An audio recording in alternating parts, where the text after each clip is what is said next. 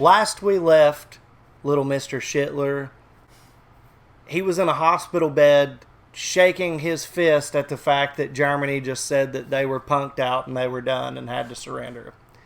And of course, like any, hateful, angry person without knowledge of the actual answer for something, he had to find somebody to pin scapegoat. The woes on, some kind of scapegoat, some kind of, angle as to why. I mean, of course it wasn't Germany's actual fault. Yeah. He blamed the communists and the Jews. Now, while communism can be blamed for tons of shit, anytime you group up an entire ethnicity into an ideal, it's kind of wrong. Just kind of, yeah. Usually that turns out not a good idea. You could always look at history for examples of that, like we're doing right now. And, let's just see what kind of shenanigans this Mr. Poopy Pants is going to get into. I mean, I feel like we know the grand scheme of everything, but maybe there's some details that we aren't aware of. Or some fine explanation and animation. Let's get into it. Okay. Since Germany's military had to be reduced, Hitler could no longer remain a soldier after the war, but he kept working for the army as an informant. After the war, communists in Germany had attempted a revolution, and the government was worried about communism in general. So Hitler was tasked with infiltrating and reporting on any new political parties that could pose a communist threat. A new party called the German Workers' Party threw up a whole bunch of red flags, so Hitler went along to one of their meetings, but found that they weren't communist at all. They were extreme right and shared many of his extreme beliefs, so he left the army and signed up to join the party. His fantastic speaking abilities impressed the party's leadership and supporters, and he very quickly rose to the top. He decided the party needed a makeover, so he renamed it to the National Socialist German Workers' Party, or Nazi for short, and he gave it a new color scheme. Oh. The Nazis weren't very specific on policy, but Hitler made extravagant promises to return Germany to its former glory by undoing the Treaty of Versailles and reuniting all ethnic Germans into one nation. He also said that only pure Aryan people should be allowed to be citizens and that all Jews would lose their citizenship. These ideas were already common in extreme right politics, but what set the Nazis apart was Hitler himself, and they quickly became the leading party on the extreme right. Many of the political parties in Germany at the time had paramilitary wings, and the Nazis were no different. Hitler set up the very descriptive Whole Protection Detachment, later changed to the very delightful Gymnastic and Sports Division, and finally settling on the ominous Storm Detachment, or SA for short. Their job was to defend Nazi party meetings and intimidate political opponents, and they would frequently engage in battles with communists on the streets. Since the Allies had demanded a reduction in Germany's military size, many trained soldiers were left unemployed. They liked the Nazi ideology, and it was only natural for them to join the SA, which grew larger and larger over time. The new democratic government that formed after World War I was pretty weak and ineffective. In order to pay reparations to the Allies, it started printing more money. The problem is that printing money doesn't actually give a country more money, it just makes money less valuable. So as the country printed more and more money, it became worth less and less, and the currency crashed. In 1919, $1 US was worth about 4 German marks. By December 1923, $1 US was equal to 4.2 trillion marks. The price of bread rose to 200 billion marks. Banknotes became worthless. Unsurprisingly, in such an economic crisis, Germany struggled to pay the Allies. The French were pissed about this, so they occupied the Ruhr, an area full of factories, and took the economic output from the area as payment. They treated the German civilians badly, and in total, approximately 130 Germans were killed during the occupation. Germans were furious, and Hitler and the Nazis thought that now would be a great time to lead a revolution. In November 1923, inspired by something a certain bold Italian man did a year earlier, Hitler stormed a meeting at a beer hall and called for an uprising against the government. With his supporters, he marched on the streets of Munich, hoping the police would join his side. They did not. Hitler was put on trial for treason. He could have been sentenced to life, but the right-wing judges thought he was a pretty cool guy. Hitler knew the judges and knew that they would be lenient, so he took the opportunity to make impassioned speeches during the trial. And in the end, he was sentenced to just 5 years in prison, of which he only served 9 months, and when I say prison, it was more like a pleasant hotel stay where he had plenty of time to write a book. The whole affair was covered by the media nationwide, and it made Hitler famous. Hitler and his extreme message were now known throughout Germany, but the everyday German still didn't care much for him. In the 1928 election, the Nazis only won about 2% of the vote. Many were still intimidated by all the violence and the shouting and how unpolitician-like he was, but a new economic crisis would change all of that. To help Germany pay its reparations, America agreed to give it loans. In October 1929, the Wall Street crash happened, and America wanted its money back. The economic strain this put on an already struggling Germany was severe. Unemployment skyrocketed, poverty was widespread, and Germans were sick of it. It was clear that the newly formed democracy wasn't working. In the face of crisis, Germans began moving to the political extremes. If you were German and wanted change, your choices now were either the communists or the Nazis. Hitler claimed that he was the only one who could return Germany to its former glory. The Nazi Party used propaganda to make Hitler seem like a great and powerful man, and they gave the German people a scapegoat to blame for all their suffering. The promise of a single strong dictator was a breath of fresh air for Germans after years of failing democracy. Some bought into his extreme ideology. Some didn't agree with the racism, but were willing to vote for him anyway. Many didn't know much about politics at all, but just got caught up in the hype. Election after election, the Nazis became more and more popular, until in 1932, they became the biggest party in the German parliament. Hitler came to truly believe that he was some sort of great, destined savior of Germany. He turned megalomaniac. He decided to run for president, and did surprisingly well, but still lost to the extremely popular World War I general, Paul von Hindenburg. Since he was now the leader of the biggest party though, he demanded President Hindenburg make him chancellor. But Hindenburg was reluctant, seeing that Hitler was clearly such a big racist. Industry leaders urged Hindenburg to give Hitler the chancellorship, fearing the rising support for communism, and leader of the Center Party von Papen, who had been secretly negotiating with Hitler, said to Hindenburg, "How about we make Hitler chancellor on the condition that I get to be vice-chancellor and most government jobs go to us moderate conservatives? That way, I'll get to keep my power, we'll get to keep our power and we'll control Hitler like he's our angry little puppet."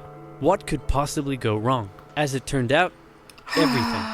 Hitler became Chancellor of Germany in January 1933, but he was not yet a dictator. In February, the German parliament building was set on fire. Historians still aren't sure who did it, and many suspect the Nazis did it themselves, but Hitler blamed the communists, and he convinced President Hindenburg to sign an emergency decree allowing him to imprison all communists and other political opponents. Communists and others were sent off to the first concentration camp in Dachau. At this time, the elderly President Hindenburg passed away, giving Hitler the perfect opportunity. He introduced a law to Parliament that would allow him to make all future laws and decisions entirely on his own. With his political opponents imprisoned and the SA intimidating others, Hitler's law passed. Just 2 months after becoming Chancellor, Hitler was now a dictator. He still had one problem. The leader of the SA wanted the SA to take over the job of the regular German army, and the German army didn't like that idea. Hitler needed to maintain the support of his professionally trained German army, more so than his rough and rowdy SA. So one night in June 1934, he had Röhm and many other of his own SA officers rounded up and murdered. While he was at it, he took the opportunity to brutally settle some personal scores as well. Politicians who had disagreed with him in the past, reporters who had printed negative articles about him, one guy who did absolutely nothing, but they thought he was someone else. In some cases, even their families were murdered. In total, up to 200 people were killed in what became known as the Night of the Long Knives. The army, now satisfied that they wouldn't be replaced, pledged total allegiance to their new Führer, and Hitler's control was now absolute. Life in Germany changed violently. Freedom of the press, expression, and public assembly were suspended. Jews were initially branded and their businesses boycotted. And eventually, Hitler would go on to have 6 million Jewish men, women, and children killed in concentration camps.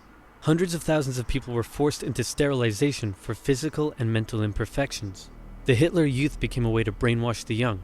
Boys were trained to fight and returned home from camp violent. Girls were told their purpose was to have many pure Aryan children, and they would sometimes return from camp pregnant. When their parents were understandably horrified, their children would threaten to turn them over to the Gestapo for standing in the way of Germany's greatness. The standard greeting changed, and you could be sent to a concentration camp for not using it. This way, it seemed like everyone was a Nazi supporter. If you dared oppose Hitler or speak out against him in any way, you also would be sent to a concentration camp. German nationalism captivated the young Adolf. Extreme ideology and anti-Semitism festered in him as a young man living a hard life on the streets. Germany's defeat in the First World War filled him with hatred and a thirst for vengeance. A political movement that treated him like a god, and hundreds of thousands looking up to him as their savior, made him a megalomaniac. And soon, his aggressive foreign policies would drag the world into a second tragic global conflict, otherwise known as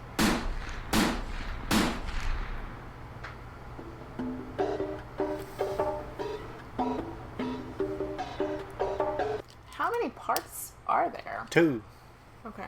We watched World War One or World War Two oversimplified, both parts of it already. Yeah, I just didn't know if there were more of just... We probably watched it backwards. Yeah, I think so.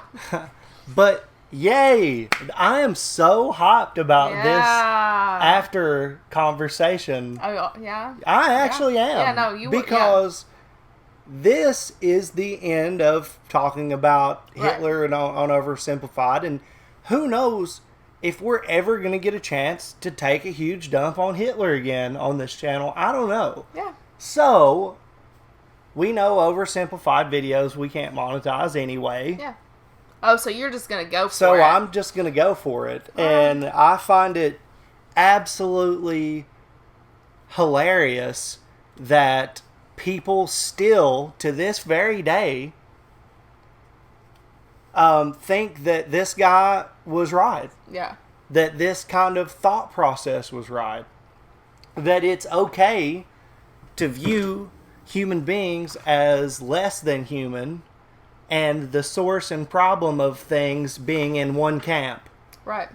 Yeah.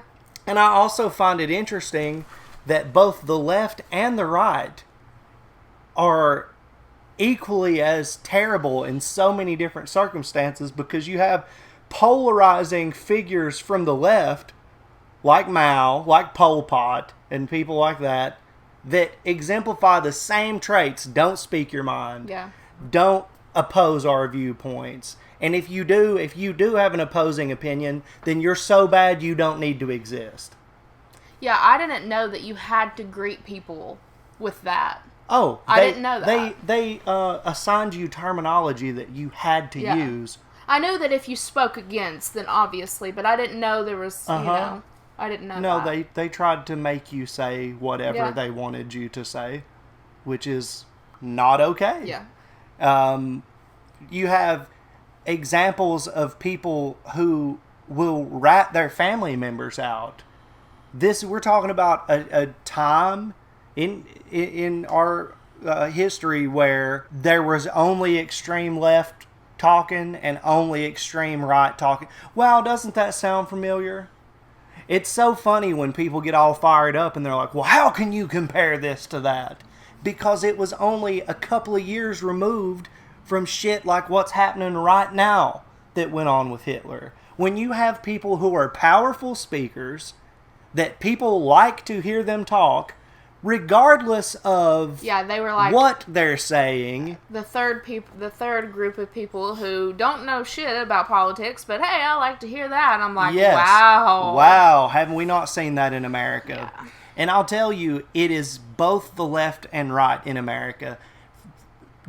You have people like our former president who had the ability to fire people up and could say literally fucking anything. How he was jacked up in the public eye by having a successful television show for 10 years or something? The Apprentice went on forever, and there were so many variations of it and shit. This guy was a WWE Hall of Famer. He was branding himself forever, and it was all an eminence front. It was all this, right? With zero substance. And there's nobody that can tell me, but some of those policies did not fucking come from him. Yeah. There were other people around him who've been in the political game forever, and he went, but also, this is going to make me look good. Specifically, if you're in a conversation, not in the comments, like, oh, I can Google all of this. Right. Whenever you're in a conversation with somebody about that, it's like, oh, okay, like what? What policy? Well, he's trying to do this, and it's like, fuck off. People don't really know what the fuck they're talking about, but that is what happened with Hitler. People were hungry. People unsubscribe. People were hungry. People were sick. Well, coming out of a war. Like, people were desperate for a reason for all of this shit. And to go, oh, them? Yeah. Those people? Yeah. They're the ones. We could be doing so much better if it was just the best of us. Yeah. And fuck them, they're the ones holding us down. And he was the one yelling this. I have the snake oil. Yeah. I have everything you need. And these people were starving to death. They were, war veterans from World War I who had lost. and were pissed off about everything. And yes, other countries were mistreating the fuck out of Germany. Read history. I mean, like it showed the French occupying Germany and killing civilians, taking all their fucking their means of survival. Yeah. And they were getting kicked around like fucking tin cans down the street. And they were pushing wheelbarrows full of fucking money to try to buy food and stuff. I mean, they want an answer. Yeah. And when you've got this other guy drunk and pissed off, and everybody's drunk and pissed off because they're fucking miserable, you get this guy. And all the shit that led up to it. And it just terrifies me. I don't know, if it comes from the left, it can be just as bad as it coming from the right like it was with Hitler. When somebody decides you can't speak your fucking mind, I make all the decisions, you have no choice, it's bad, bad, bad. If not initially, it will be, because there's really no way that kind of power, it will be mishandled. Well, people's heads blow up. You're like, eventually, no, at any point, like, that's not ever. You know what I mean? Even in our current situation, there's plenty of oversteps that have been made throughout our lifetime, especially civil liberties have been given up at a pace that's just like, whoa. Because, like, before our time, like, the government wiretapping your shit or anything that, hell no. Right. I mean, if it came out, there would be a revolution. Like, how many of them are now it's just like, yeah. What are we going to do? What could you do? Yeah. Nothing. So it's like, when you dig into this shit and you look at this not so distant past. Yeah. And how quickly shit can get out of hand. And you got another motherfucker like this. Now, what I'm afraid of is, again, from either side, somebody who has that bombastic personality and that charisma and ability to captivate that is cunning and doesn't slip up. Yeah. And doesn't say the stupid shit. And now knowing what they can get and by knowing with. what they can get away with. And who will follow them. Dude. And the easiest shit that you have to say to get them to follow you. Oh my God. It's catchphrases. Jesus fucking Christ. Like, you sell yourself so short. But do you? I mean, like, we have pretty different views on things. Yes, I want to go ahead and point that out there. I probably rolled my eyes at a couple of things. Yeah. I am a pretty anti-establishment in any shape, form, or fashion. I'm under the belief that any kind of big government will be absolutely corrupt before it could even be formed into a big government. I don't disagree with you. It's hard enough to keep counties from being that way, or towns. Yeah. When you're talking about massive empires like America, how can you keep that from being corrupt? How? And so no matter what side of the political spectrum you're going to deal with, who you're really dealing with are large corporations with their investments and their interests at the forefront of absolutely everything, and us peons will continue to cheer and root for our teams that don't care about us and fight each other so that they can maintain their status and control. That happens all over the world in different forms and fashions. So when I see people, but communism never did this, and I'm like, you're fucking crazy. And people are like, yeah, but the nationalist states that are doing that. And then every single large system has produced somebody like this. But then, like, what's your answer? You know what I mean? My answer is to just be compassionate. Look at how other shit is affecting everyone. Yeah. Even the people you really aren't the biggest fan of. You can call them an asshole, you can do whatever. Are they being treated like human beings and given the dignity that every human being deserves? In whatever capacity. Even the rednecks that I don't like that roll down the street with their flags. Is it them is it really them, or is it the fucking toilet swirl that they've gotten caught up in? Yes. Because when I was coming up, and my influences and the kids around me and the teenagers that I grew up with skateboarding on the streets were suspect of everything. Yeah. Everything. They were like, nah, the police, the media, all of this, the talking heads, you can't believe none of this shit. Yeah. You know, so like, they weren't like, well, this is my guy.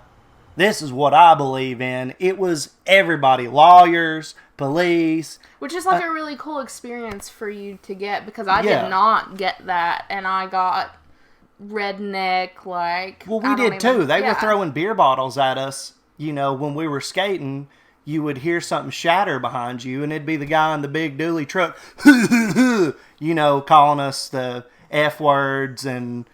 You know, because we were skaters, or on some of our friends rollerbladed, so we were the weird goth kids that were gay. You know what I mean? Like, I know, it was such a weird time. It was such a weird time. Like, skateboarding's cool now, right? Like, people would be like, oh, the skater kids. Back in the day, the football players, I was a football player, but I was weird because I would skateboard to practice. You know what I mean? And then go to drama club afterwards. Cutie. So I was just really... an odd guy that did a lot of different things, but I still got heat from that.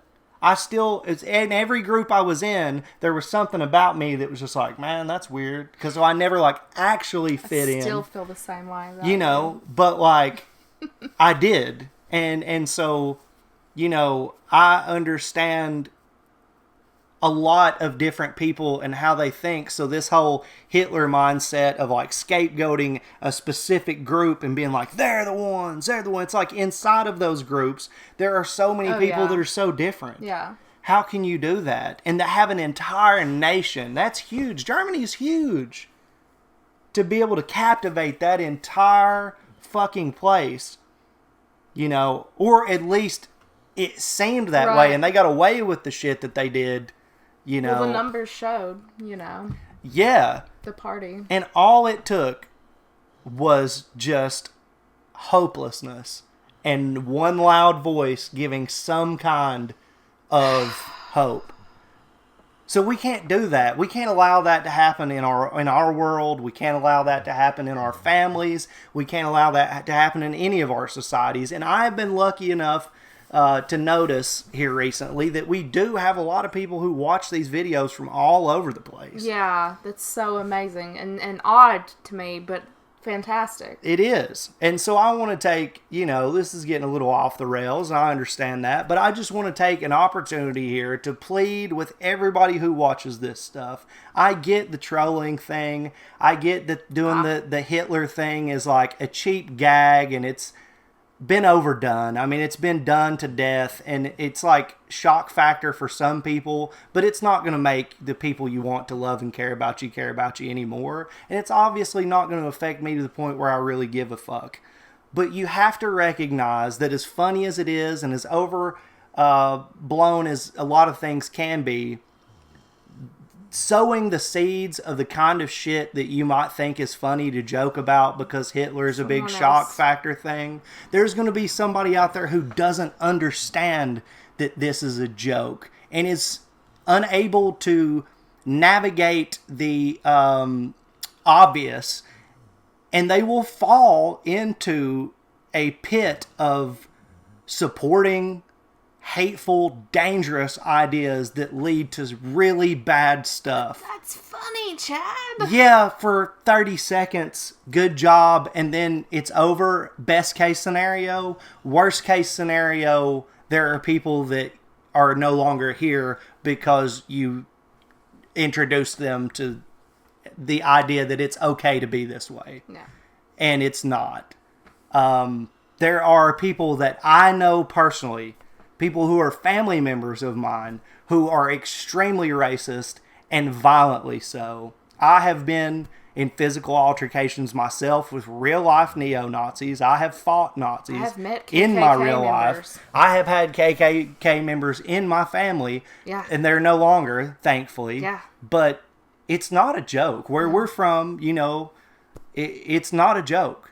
These people really are racist. Yeah, no, the dude was showing off, like, his ring to me, and I was like, he's like, look at that, and I was like, 10 years old, like, I don't know what the fuck this is, and then later, like, my dad explained to me, and I was just like, why? Why would you do that? Why would you? I don't understand. Yeah. And I still just don't understand. So. Well, it's a reason to be angry, better than some group of people, righteous above fucking go to therapy, some people. man. Well, fucking go to therapy. Jesus Christ. If you need there are a lot of things wrong. There are a lot of things wrong with that scenario, but this guy really fucking made it look like it's fancy and good and great. Hitler and the Nazis had their like sharp uniforms, and their whole shit was about being superior and intimidating and shit.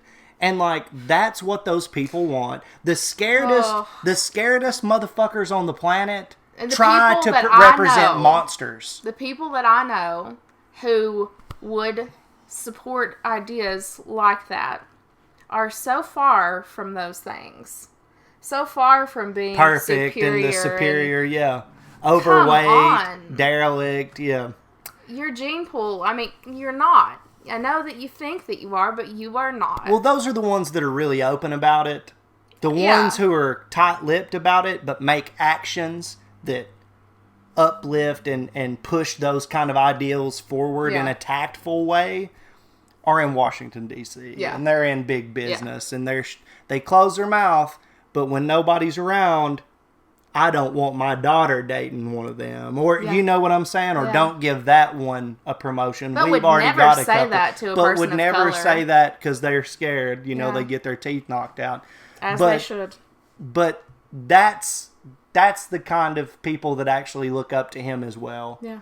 No, I so know. Hitler has done a lot for the wrong things, and I like to make fun of Hitler, but I don't like to make jokes that would be funny to an actual Nazi. In the favor of Hitler or someone if an who supports. actual Nazi would laugh at it, yeah, I don't want to humor that kind of motherfucker. No. At all, unless it's to do something physical. I don't really humor those motherfuckers. But I get what these people are trying to do that are out here trolling and stuff, because I don't think that they've had to live that real experience of it. They never got picked on by racists for having black friends growing up like I did when I got my teeth kicked out in kindergarten.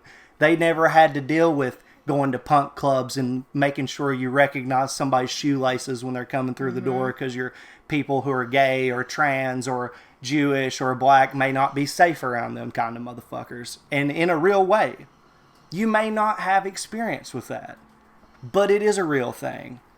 And it was an unbelievably real thing for these people before they even knew it when Hitler showed up. It was within a couple of years, the motherfucker changed everything. And that could happen to any one of us any day now. Anywhere. But as long as we stay on track, communicate with each other, represent for each other, lift each other up, and recognize when it's not a joke. And call out motherfuckers whenever they think that they can get by with something. If you're safe... Yeah. We'll recognize trolls for what they are and brush it off and don't entertain them. But when people are... in real life, when somebody says something... No. Hey, what did you say? Yeah. Do you think that that's funny? Oh, I don't subscribe to that. I'm sorry. Yeah. Little things that you can say that's like, no, this is not okay with me. Yeah, or you don't even have to be sassy about that. Or just look at just them. be Don't like, even laugh. You can just call it for what it is and be like, man, are you really being racist right now? Yeah. Was that a joke? Yeah. And if they say no, then you know. Or where no, you're they at. probably, oh yeah, that was a joke. Oh, well, good. Make them, them. just say, well, that wasn't very that. good. That wasn't very funny. Make them live that up. Anyway, Hitler, fuck you to death. Racist. In your grave, Fuck you. motherfuckers. Fuck the racists. At the end of the day, the Nazis lost, and their numbers are not large, though they still exist. They are the same losers that roll around with the Confederacy.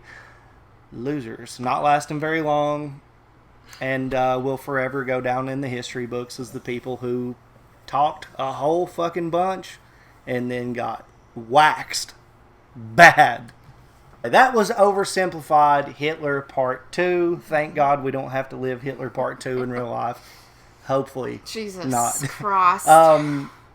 I hope you guys enjoyed this video. It was very informative. I actually learned a thing or two in this one that I didn't know. I didn't understand how the money thing went. I didn't understand that the crashing of the stock market caused us to like really demand money from Germany when they were really hurting. So that was interesting. Thank you, Oversimplified, for that. If you could subscribe to Oversimplified, comment on their videos, like their videos, I know that they would greatly appreciate that. And so would we. If you could like this reaction, subscribe to our channel, let us know what you thought down in the comments section. Or don't. Or you could go to the Discord that's going to be linked down in the description of this video. That would be pretty cool. Leave some recommendations on what you would like for us to watch, talk about. Yeah, good stuff. But for this video, that's going to do it. See y'all next time.